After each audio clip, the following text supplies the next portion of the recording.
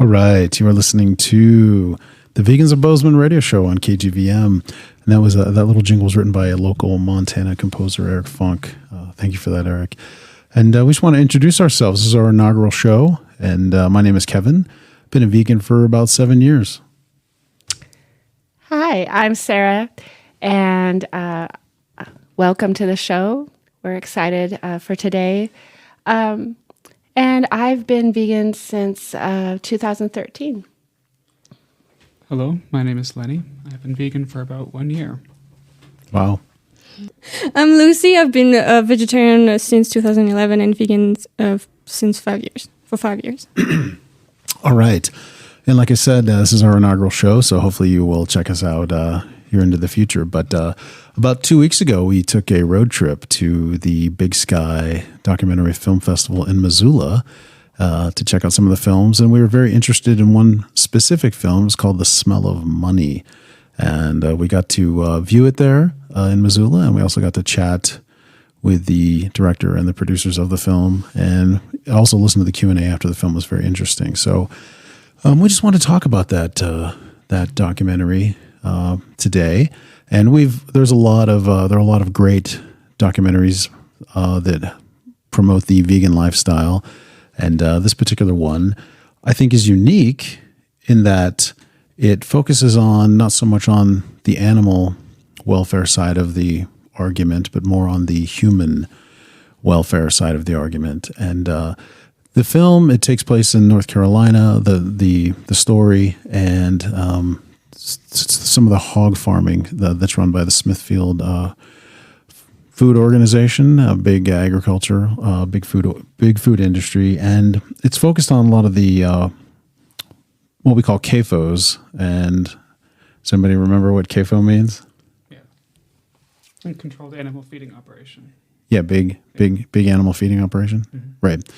And so, anyway, as a result of this big industry moving into this town, and with a lot of animal agriculture comes a lot of animal waste, and so there just became an issue where these companies had to deal with all of the waste from the animals. And by the way, as far as I know, animal waste is not regulated by the federal government in any way.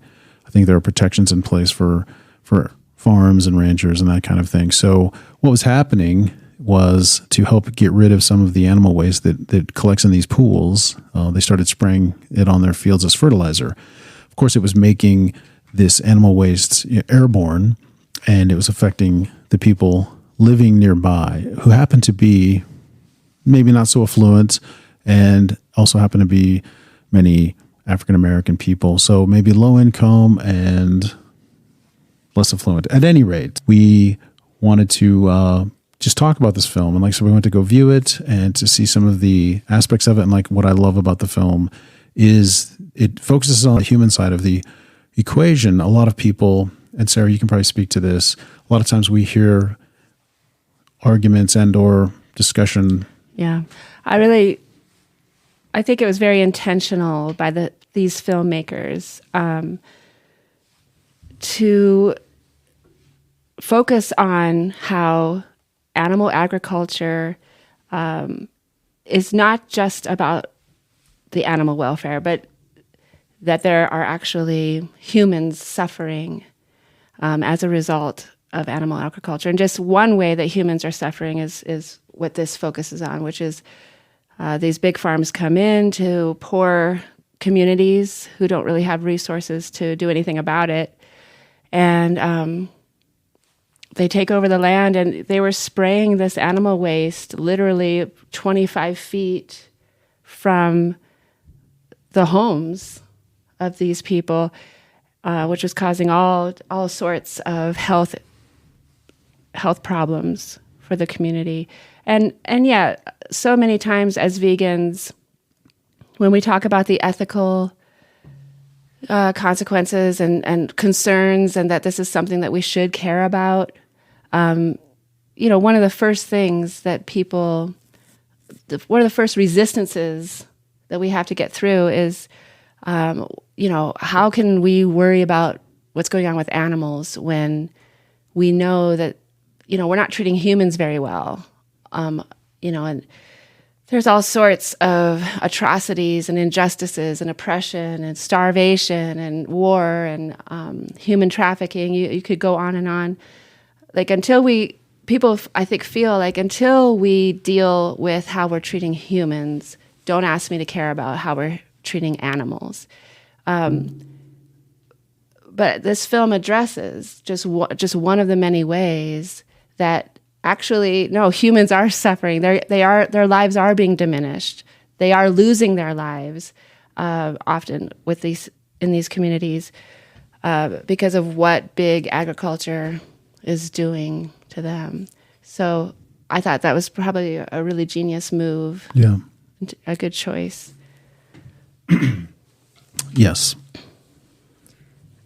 I find it very interesting because I've never heard about that side of things. Pretty much before I heard about this documentary, the fact that humans were involved in, suffering in relation to the animal agriculture industry, and I think that was very original. And it's not what you usually obviously focus on, because veganism is pretty much first and foremost about animals, right? It's literally what it's about. But I think it's always very interesting to see different sides to this discussion. And it's a pretty young movement in terms of like the practice of it, I feel like, in the Western world especially. And so, it's interesting for us to explore that. Right. Right. And so at the documentary film festival in Missoula, the director was there. His name is Sean Bannon. And one of the writers, producers, Jamie Berger, and then also one of the other producers, Michelle Cho. So they participated in a Q&A after the screening, and so we did record that. So we wanted to play that for you, and you can hear it. The audio quality is not awesome, but we'll do our best to see what comes up. Thank you all for sticking around for the Q&A. I'd love to call the filmmakers up, and so Sean, Michelle, and Jamie, come on up.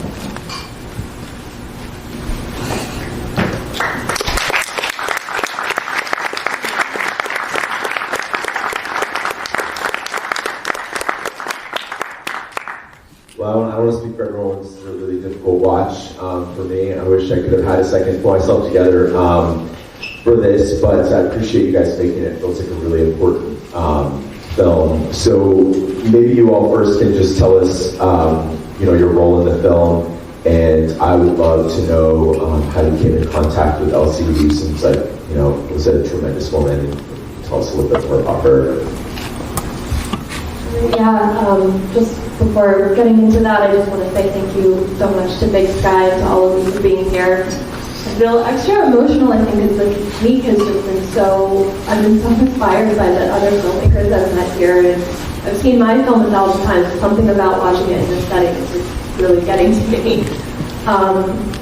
I'm Jamie Berger, I'm the writer and producer of the film. I'm from North Carolina, not Eastern North Carolina, but I grew up in the state and grew up eating pork, eating barbecue like everyone does in North Carolina. It's kind of the state's heritage and claim to culinary fame, I guess. But I learned about this issue while studying the environment in college, and that's where I first heard about Elsie and her story. And then years later, Sean and I were working together, and he suggested we make a feature, and this was the topic that really moved me the most as far as what we can focus on for a feature doc. So that kind of started.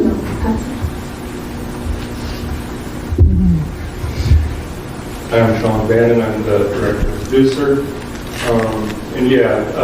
Just mentioning Elsie is getting to film with her, and over almost 4 years was just a gift, and we were just lucky to get to film with her, and it was not an easy task, and getting her to be comfortable with us and gaining her trust was something. We didn't know how lucky we were at the time, and how short of the time we would have with her, and that would be kind of the last film team to really get to film with her. So it was a big responsibility. It was very challenging to have that responsibility, and we're just thankful to our family, to the community, for trusting us. So I'm very, very thankful. My name is Michelle Cho. I'm an associate producer on the project, and I came in sort of late. And these guys always hate when I say this, but the sacrifice in their lives that they put forth in order to make this film is just so commendable. Not just gaining the community's trust, but leaving their young children at home, their families at home, their full-time jobs in order to make this. It's just that I'm so grateful to each of you.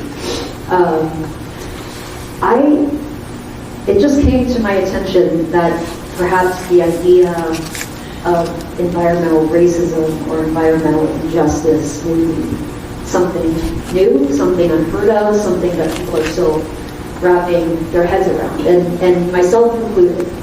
And even being part of this project and learning, this isn't just going on in Eastern North Carolina. In fact, it's happening all around us. Sean and I live in Los Angeles. Jamie lives on the East Coast. So we don't see it, as prevalently as perhaps others around the country do. But if you look in the pockets of low income, particularly Black and brown communities, it's not unusual that you'll find papers. It's not unusual that you'll find that their surroundings are much different than ours, the privileged. And that infuriates me so much so that I wanted to support this project and my friends here and be as loud about it as humanly possible. And it's not just the hog industry. We see what's going on in Ohio with the chemical spill. The list goes on and on. But again, these are issues that are primarily surrounding people who are not who are overlooked in society, and to me that's not okay. And I think to the righteous it shouldn't be okay. So I would implore each of you wherever you live to study this issue, look around your own community, see where you can lend a hand.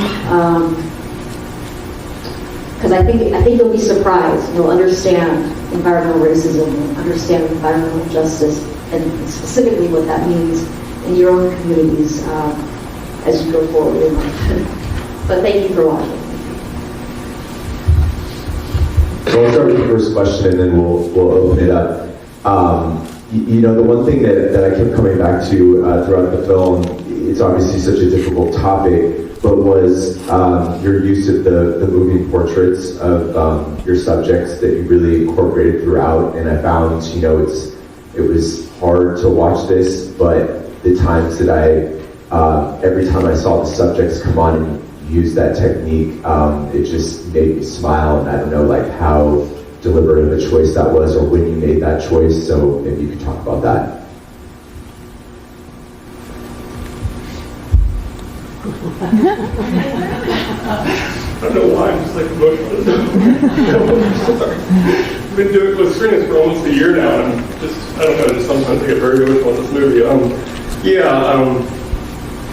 That's just the technique and the style that I enjoy doing and been doing for a long time. And a nice way is to a lot of people like getting a picture taken, and it's a way to get comfortable with people. So even a lot of people get filmed with had never filmed or been on camera before, in a video way, they had gotten a picture taken. So often that was just a way to kind of break the ice. It's let's just take a picture, but it's going to be a moving picture.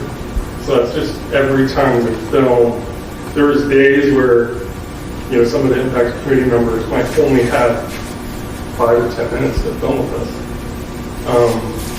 They might have to go to the doctor. Sometimes they have to go to the doctor. They're coming back. I remember so many times we sent our trip, to stay extra days. There's many times with Elsie where we might only have 10 minutes to hang out with her. So that was the technique, just to have something to film.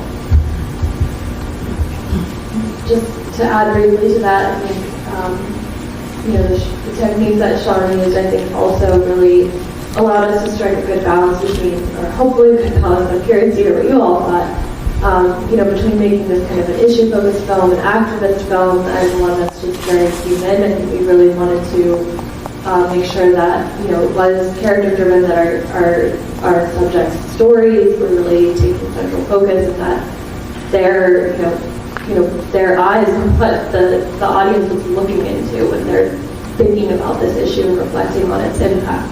That it wasn't just, kind of a barrage of statistics or, facts, but that was something we could, connect on a human level with people about. Thank you. Okay, questions from the audience? Yes, back here. A couple kind of legal questions. Did any of those lawsuits seek any injunctive relief from the spraying? And two, has there been any relief sought under the Clean Water Act for the rivers and creeks and stuff around there? Yeah, I can answer. So the first part of that, they did not seek any kind of other relief in the lawsuits. It was only the financial penalties that they sought. I don't know exactly why that is. I think that was a strategic decision on the lawyers' part. I think they felt they just, it was a hard enough battle already, and that was the most, that was the tactic that they could use that would be the most effective. Something I do want to note about the financial rewards, we often get a question about this, is that, you see the large numbers, the large sums of money that folks were awarded, but unfortunately due to a North Carolina law that was championed by an industry-friendly legislator, those sums were actually capped at much, much, much lower amounts. So, the folks who did receive financial, rewards from this didn't actually get very much money. And, we mentioned often that Renee Miller, one of our subjects, is still driving the school bus. She's able to pay off some of her medical bills. And then your second question was... Clean Water Act, or any... Oh, Clean Water Act, yeah. So the Clean Water Act doesn't really provide much protection in this case.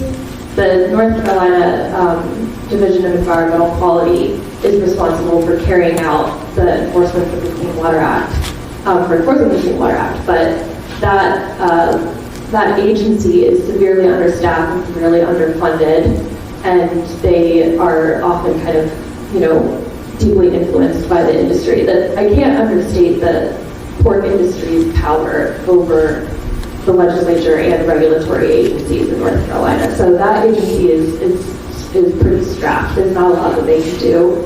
And there's actually not a lot in that legislation that, prevents this kind of pollution from happening in the first place. No one mentioned that actually the Smithfield's attorney mentioned, all of this is completely legal.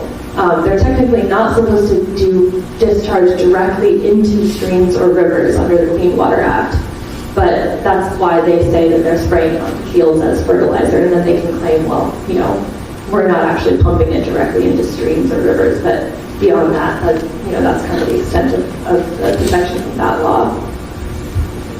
I just want to mention too, because these kinds of stories often leave you feeling completely helpless, but I wanted to mention that there are lawmakers who are introducing various types of legislation to prevent any further building of CAFOs, a lot more regulations that protect residents versus industry. And even in your local communities, like I said, you needn't search far to see something that's not right. So stay in contact with your elected officials, let them know how you feel, let them know when you see wrong, and that, they work for us. They work for us, and as long as you have a voice, you have a lot more power than residents like these do. Yeah, did when the police showed up, or some of the henchmen, did they try to intimidate you, or anything like that? Yeah, the question was about whether we were intimidated by the police or the industry henchmen. Definitely. Sean can add anything to this, but we were almost run off the road in that one scene. We were filming from a public road, filming a CAFO from a public road. and we noticed a car in front of us that was filming us, heavily tinted windows, filming us. And then just a moment later, we were pulled off on the side just to kind of get our bearings before moving on. And the farmer drove by his truck, and he was followed by a caravan of police. And the farmer was pointing at us, like, they're the ones, go get them. And then they blocked us in and surrounded us. And we weren't doing anything illegal. They had no grounds for doing that. And the whole point was just to scare us off. And they came up and just kind of threw around some threatening words, but, there was nothing they could actually do. But, I think that just goes to show the level of fear and, just kind of tangible intimidation that residents face. We're two white filmmakers, can you imagine the experience of people who are living with us every day, and when, they are dealing with harassment themselves from a farmer or, a neighbor about this issue, who are they going to call? Because the police are not on their side. So I think that there were just so many layers of injustice that we experienced. The local sheriff is also. Right, right, exactly. The sheriff is a hog farmer, and there's a lot of connection between law enforcement and the farming industry in that way. It's really hard to describe just how intense of a scenario that Renee lives in specifically. As soon as you get to the house. I went to go tell her, with our assistant editor who had never been out there, show her a tour of the area. We went to Renee's house. We were there for a minute, just in the neighborhood. And this time they did run me off the road. And they have cameras on their sprayers pointing at Renee's house. They go all the time just filming her. She's outside of her house filming her. She has video of them filming her still to this day. Still doing it. So it's like that's the world she lives in all the time. So it's very, very intense. Questions? Yes. We just have time for one more. Okay, great. One more question. With your time spent, thank you so much. This is a really powerful story. With your time spent there in and around those farms, can you talk about how, is it pretty quickly via airborne manure? Can you feel it on your body? Your eyes watering? Could you guys feel it within the production time? About the impacts of the smell. Can you feel it? Can you smell it? Yeah, you personally. Yeah, so for me personally, I suffered from migraine headaches. I had to get special medication after filming out there because there was days I could not film. It was so intense. And that's not happening before. So if you're someone who's sick and you live in that area, it's inescapable. It's so painful. It's hard to describe. It's I could go home, which people laugh at this back to LA because there's air pollution there, and that could be a comfort. But it's you can't, once that migraine sets in, you can't escape that smell. You can't go somewhere comfortable. So it can be very intense. Now it's if you live next to a lagoon, if the wind's blowing a different direction, one day it might not be coming your direction. So it just depends on the day. But if they're spraying, it is so intense. And the smell, you're gagging. So yeah, it's very, very bad. Yeah, I would say 75% of the time we were in eastern North Carolina, there was some level of odor in the air that was unpleasant. And when we were in really concentrated areas like near Renee's house, it is unbearable.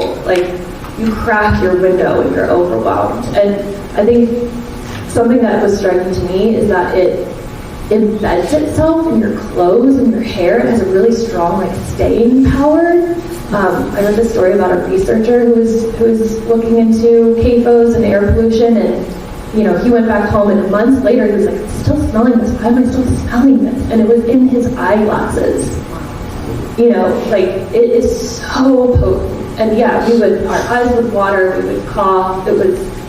It's extreme, and I wish we could convey that somehow through the film, but we did our best and share our experiences. But yeah. Great. Well, thank you guys for Thank you guys for being here. And we still have a day and a half left, so hopefully we're checking out some more films through tomorrow night. Thank you again for being here. Thank you.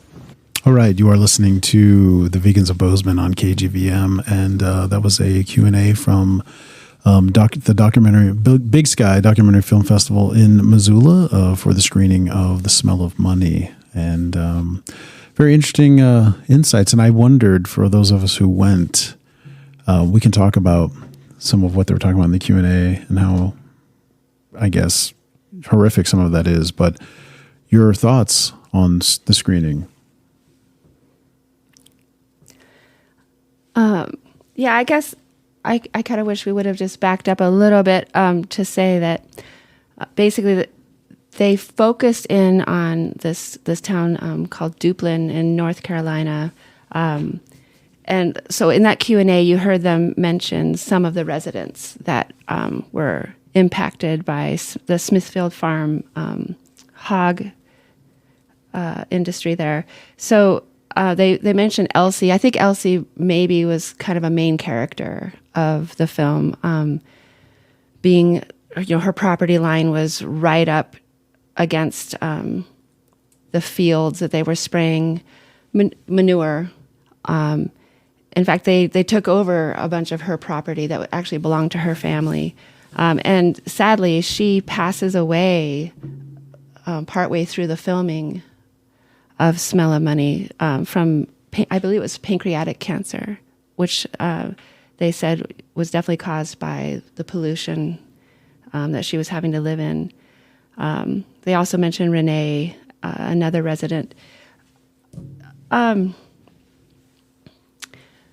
one of the things I liked about this documentary was there were unlike other vegan documentaries, there really weren't a lot of statistics or, data like that. It, like kind of what they mentioned there in the Q&A, it really was about just the human side of it, the human stories. You got to know these people and what they were living with. That they can't even go out and enjoy their property. The children can't go out and play. They can't go out and sit on the porch because whenever they do, they're just covered with this unbearable smell of the manure.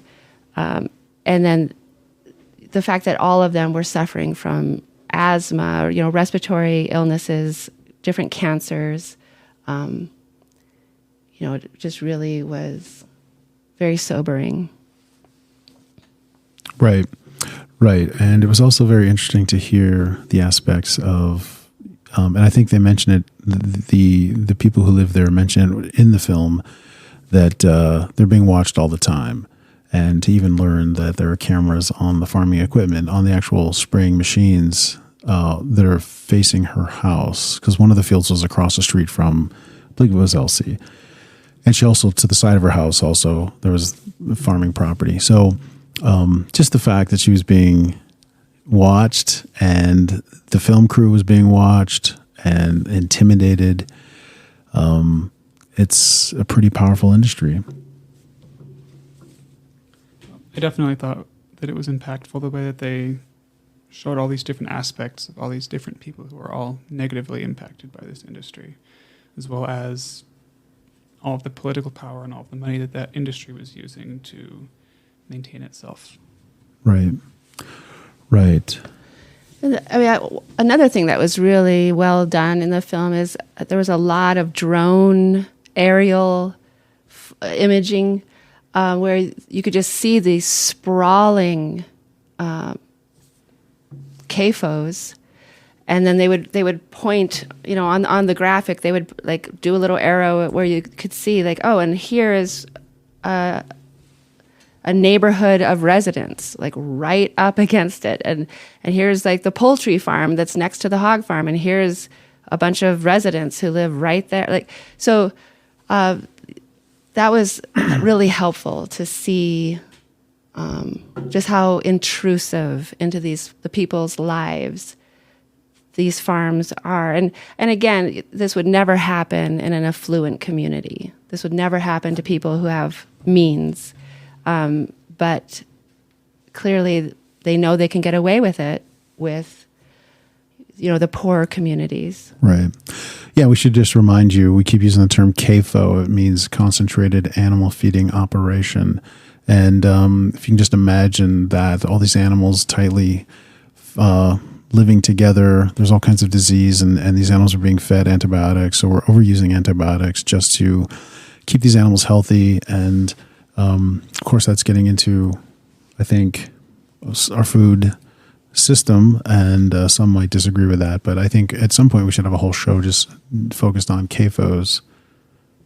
I had a question. I didn't make it to the documentary, so I was wondering, you mentioned that they took some of her property, one of the farms. Like, how did that, did they tell anything about that? Yeah, they were saying that,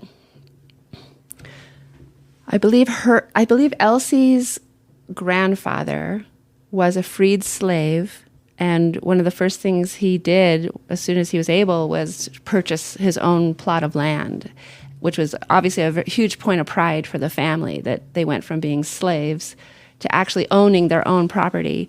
And I think he ended up buying, if I remember correctly, like 2 more plots of land adjacent. And so, she remembers that he had the deeds to this land.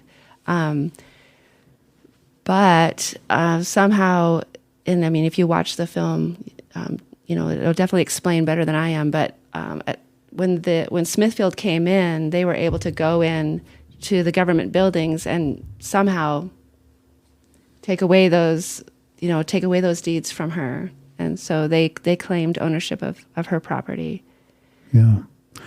Yeah, it's sad. And there's a lot of disease that's happening, a lot of respiratory disease, infectious diseases, cancers that are happening to this community in Duplin, North Carolina, as a result of these CAFOs, so these large-scale animal operations. So after the Q&A, we walked up to the film director and 2 producers and asked them a few questions. But yeah, Lucy. I just have one more question. My question is, I was reading an article about this documentary, and they mentioned that, I believe it was Elsie, that they mentioned she had been doing activism in advocacy for this, and it's been like a while back or something. Do you know how much time she's been trying to fight for that? I wouldn't remember the exact details, but she definitely was working really hard to get the citizens around in the community to organize and not be afraid, not be intimidated, to go to city council meetings, things like that, to protest what was happening to them. There was a lot of footage of her they showed of kind of leading some marches or leading some outdoor protests. And I think she was just trying to raise awareness for everyone in her community and surrounding. And I believe, didn't she travel somewhere to speak to testify? Yeah, to testify, correct. Yeah, so, in the lawsuits they were bringing against Smithfield. And I appreciate that, in the Q&A we just heard one of the filmmakers say, like, it was no easy task to earn her trust. Right. And I think about, again, I'm a white person, and I think that I forget, like, what it would be like to feel like there was no one I could go to. There was no one I could trust in power who would actually listen to me. And that, she doesn't know who she can trust, because she knows that there's very powerful people are watching her and, want to silence her. Yeah. I just looked it up, and apparently she fought for 30 years. Wow. Of her life. That's crazy. Can you imagine how long fighting against that? CAFO specifically. So the fact that she was living with that, her and her family were living under that. A very determined woman. Yeah. Like another one of the women, like, I remember was like putting cardboard in front of all her windows so that, because just the idea that I don't feel safe in my own home. And I don't want the people watching me, I don't want them to be able to see exactly where I am, even when I'm in my home. So, they lived under a lot of oppression. Yeah, I remember that. She put cardboard up so people couldn't see, so the farmers and or whoever was watching her couldn't see exactly where she was in case they wanted to shoot. Like, they would know exactly where she was in the house. That's crazy, to live in your own house and feel intimidated and not comfortable in your own home. I just can't imagine And yet here we have these people, some people in this community living under duress in your own home. It's abusive. And no protection whatsoever. Absolutely. And the sheriff of this county happened to be a hog farmer. Oh. So, there wasn't a lot that was maybe going to happen. But, okay, so after the Q&A for the general audience, we walked up to the filmmakers, the director, Sean Bannon. He's also one of the producers, the writer and producer, Jamie Berger, and one of the other producers, Michelle Cho. And so we just asked them a few questions while we had them there. It was a good opportunity. So let's just listen to a few of the questions we asked. This is Kevin with Vegans of Bozeman, with the film producers and director of Smell of Money. I just want to know, in terms of making this film, I guess the process. One of the things that stands out to me in this film is the human toll. I know, especially among vegans, where a lot of times we're talking about the toll to animals, but I feel like I even used this film in an argument with a discussion with somebody about the human toll and I just wonder how much that played into your making this film. That was the exact, goal of the film, was to highlight the human side of this industry and its impacts. I think there have been brilliant films about the animal welfare elements of it, and that is our background as well. We came to this in part from an animal welfare perspective, but we'd always been human rights activists, and I think we wanted to highlight a part of this issue that is often overlooked, even in movements that are fighting industrial animal agriculture. So that was definitely one of the key objectives. Yeah, I think it's very powerful in showing that. I can add to that too. I have been vegan for a long time, and I think at some point I realized that humans are animals too, and finding that compassion for humans, and learning that we all need to work together to solve these issues, and that not just animals are being impacted here by and these huge corporations, these industrial farms. Humans are being the environmental pollution, humans, animals, it's all connected, and we all need to work together to change this system. Right. Yeah, I felt like in the trailer you might have mentioned more of the tolls, some of the diseases and illnesses related to this. And I know when you have to make a film, you kind of have to pare it down, but was there a lot of that when you interviewed like Renee or any of these other people? Were they suffering from some serious illnesses as a result that they were eventually connected to the hog farming or the airborne illnesses? Yeah, definitely. The health impacts in these areas are varied and intense. There are a lot of different diseases that researchers have documented are more prevalent in these areas, even compared with other areas that have similar rates of poverty and other kind of social factors going on. There are higher rates of all different kinds of respiratory illnesses, certain types of cancer, even infant mortality rates are higher, all-cause mortality is higher. There's even infections, and almost all of our subjects, if not all of them, who live in this area are suffering from one kind of ailment or another that is tied to these CAFOs. And I think one part of that was particularly, I think heartbreaking to us was to see just how children are affected. In schools near CAFOs, there are higher rates of asthma due to the air pollution, and we met children who with different respiratory problems. So did you have a question? I was curious if working on this project caused you to make any changes to how you guys eat or your food purchases, things like that.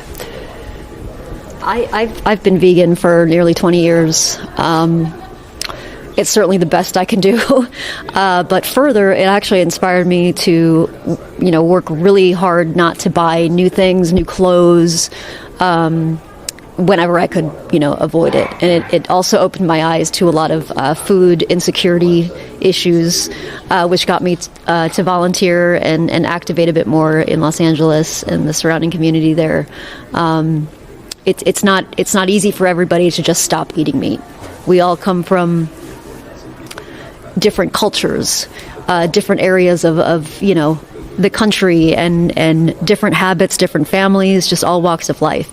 To tell somebody to go vegan when you don't know their circumstance is just, it won't do our movement any good. But to walk a day in their shoes and to understand culturally appropriate food, access, whether they have a car or not, those types of things matter.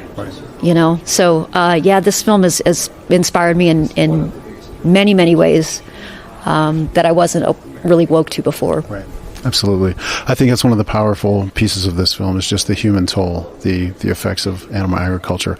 I don't want to take up your time, and I appreciate your time, and thank you for talking to us. Well, thank you so much. Thank you. Yep. Appreciate it. Thank you.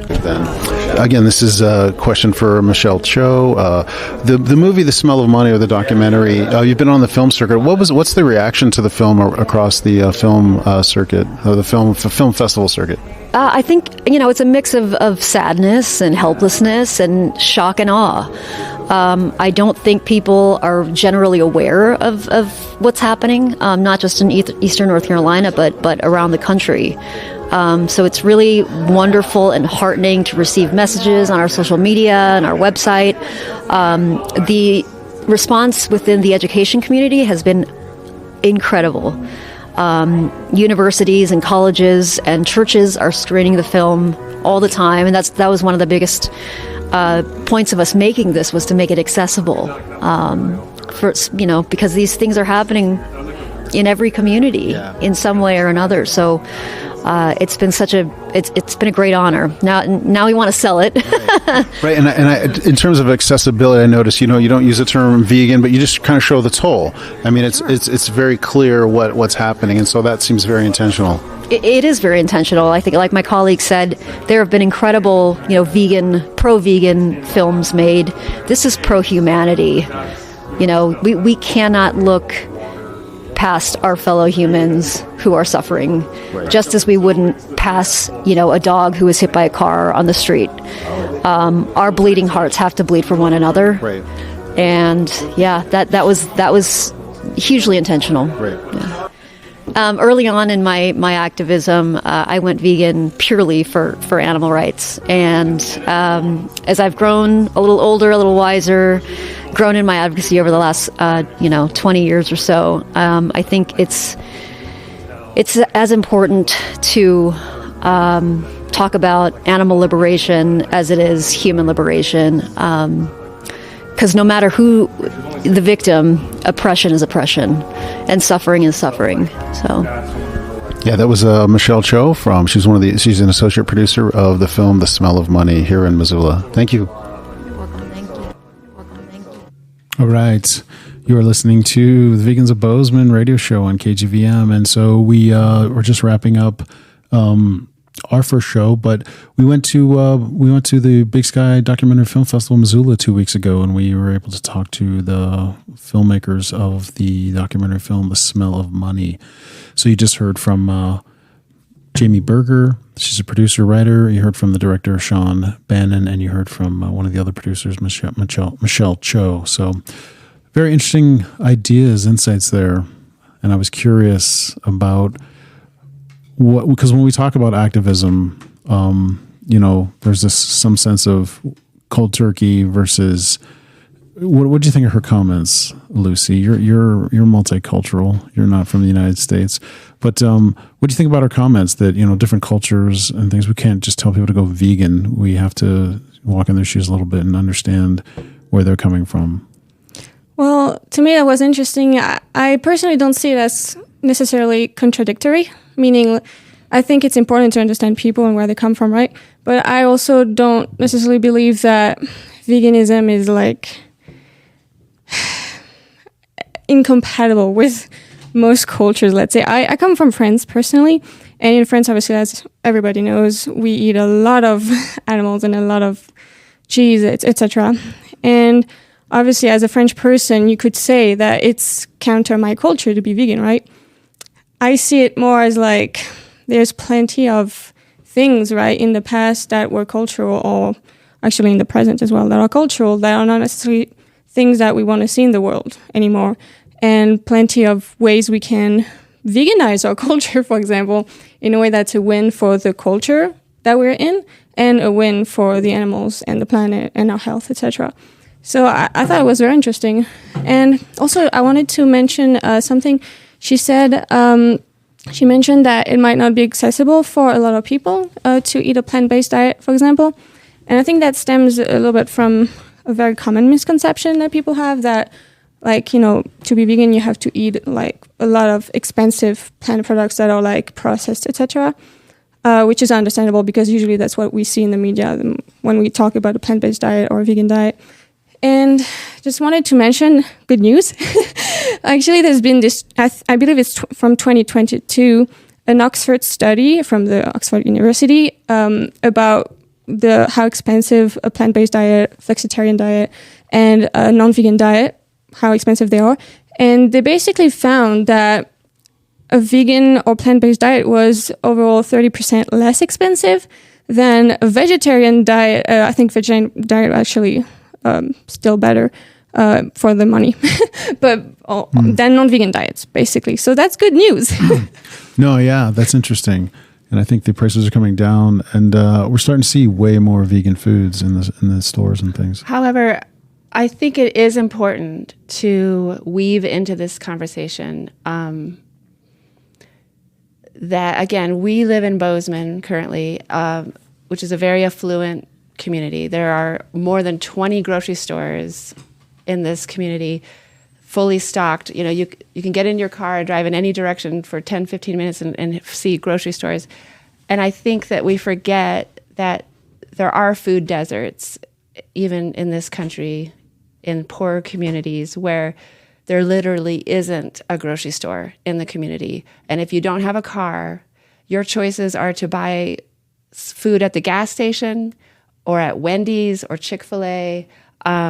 You know, access to produce may be a really rare treat, or, you know, so, you know, I guess to bring it back to more of a local focus, I guess I'm curious, you know, we definitely welcome any comments or questions from our listeners. And I am curious if any of our listeners have worked in animal agriculture in this area, or maybe are familiar with some poor communities in Montana, or maybe, you know, I don't know, the reservations, or I know there's a lot of just poor communities in Montana that might feel like they don't have access to adequate, nutritious food. So just since I'm thinking of it, you know, please email us at vegansofbozeman@gmail.com. We're also on Instagram. You can find us there. And we really would love to get feedback from our listeners, you know, arguments or questions or thoughts about what we've been talking about today. And on Facebook. Yeah, we're on Facebook. And, yeah. And we'll be on YouTube also. You can replay this podcast on YouTube, Vegans of Bozeman. Nice.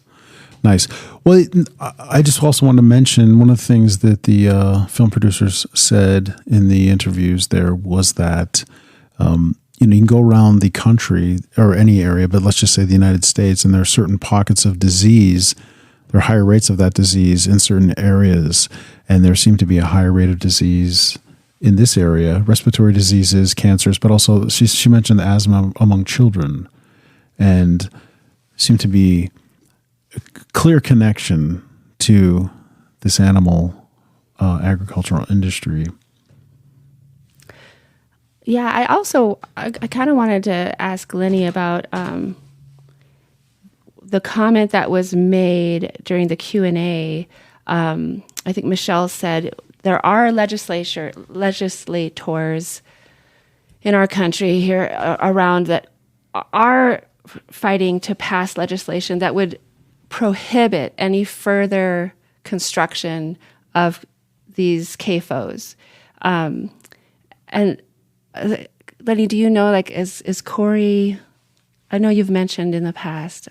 Cory Booker, most of the national laws or bills that have been proposed related to controlling the CAFOs and things like that, animal ethics, has basically all come from Cory Booker in the last few years. And where is he?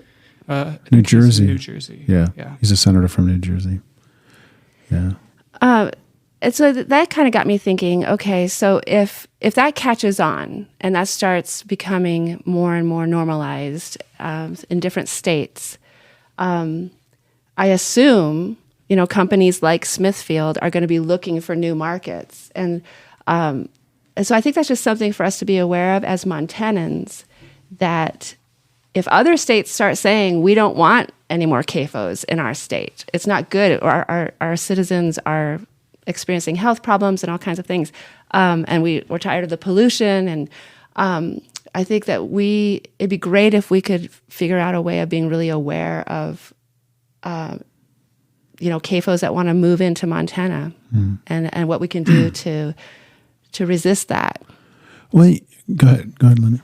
I was just going to say, this conversation is making me think of some articles I've recently read about California proposing new animal welfare laws that increase the size of like pens that they keep pigs in and things like that, and how I believe it was a ballot initiative even, and how they were trying to apply those regulations to all of the imported animal products as well, and how that was shot down on a national level because of the Interstate Commerce Act.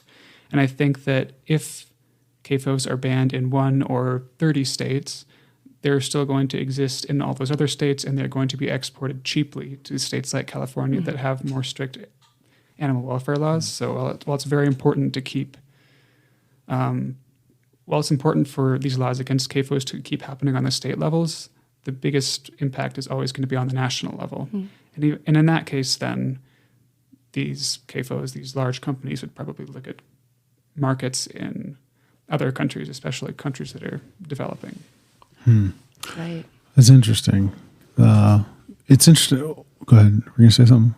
I was going to say, because I know I talked to somebody about like just beef in Montana, and I said, the beef, a lot of the beef we're getting in the stores in Montana is from Brazil. And this person didn't believe me because they know there's all these ranches in Montana, and they're like, no, that's not true. And I'm like, no, it is true. And so you can see this, and it gets me wondering too how, again, disconnected we are from our food, and as we're talking about these, I want to say these lower income people who don't have maybe the skills or the resources or the access to food. We talk about food deserts, but it makes me wonder about training, training in agriculture, just building a garden. Do you know what I mean? Like, because how much do we know? I think we know our parents seem to know more about the trees and the bushes, and they can name things more than we can. And I feel like we've become less knowledgeable these days. And I think it's something I want to correct myself. I want to start foraging more, but to be able to do that, you have to know what you're foraging for. Do you know what I mean? You have to be able to identify trees and bushes and plants and things like that, edible things. So anyway, I guess for myself, I know we're drawing to the end of our first show, and I guess for myself, I'd like to just sum up by addressing, the one word that stuck out to me when you asked the producer, what has been the response from audiences. And one of the words she used was helpless. People feel helpless. And I guess I just want to say that that's one of the things I love about being a vegan is I no longer feel as helpless when I think about things that are wrong in our world. Because I would like to encourage our listeners to maybe be curious about that or think about that when you go to the grocery store and you purchase your food, I take a lot of comfort knowing that, at least I am not actively supporting animal agriculture, which is just based on suffering of animals and people. And so three times, when I sit down 3 times a day to eat, I don't feel helpless. I feel like at least I'm doing that. And all of us have to eat. So I feel like it's a way, because I believe that all of us want to be in alignment with our ethics, and we all want to be compassionate people and to stand for kindness for humans and for animals. And so I think that that's one of the greatest joys you get as a vegan is knowing that you're not contributing to that level of suffering. Yeah. That's a good point. Yeah. Yeah, it's very proactive, and I agree with you. It's countercultural, but I think it does remove the helplessness. We're actually doing something positive. Which is interesting that it feels this way because really, when you think about it, it's a non-action. Right. Yeah. But it's a choice. But it's we're a all powerful making. one, though. Yeah. No, but a lot of times you always hear people say, people, you speak with your money, And I feel like that's something I'd love to have a show focused on this. I mean, Whole Foods just opened up in Bozeman, and of course we have other great stores in town. And in the last, I'll just say 5-10 years, but in the last 5 years, there's just more and more vegan options, more plant-based milks, more choices, all the little snacks. I mean, the new Whole Foods has a lot of vegan options. Things that you eat, when you eat them, you're like, wow. I cannot Even believe the co-op, the co-op. In Walmart as well. Absolutely. Yeah, Walmart. Everywhere. But things that you eat and you're just like, wow, I couldn't tell this was vegan, And I know a lot of people are skeptical still of that, but there are the quality of the food, the taste, the texture, it's all coming, it's rising. It's getting to a point where it's crazy. Yeah. Yeah. So we're approaching, I guess, the end of this hour, but hey, thank you for joining us for our first inaugural show. We will be airing every week, but you'll probably hear the same show for 2 weeks. And then, but anyway, my name is Kevin, and I've been a vegan for about 7 years. Bye, everybody. This is Sarah, and I'm happy to be with you today. Goodbye, listeners. Hope you come back next week. This is Lenny. I'm Lucy, and thank you for listening to our first show. Bye. Yeah, thank you. Have a great day. And you are listening to the Vegans of Bozeman radio show on KGVM.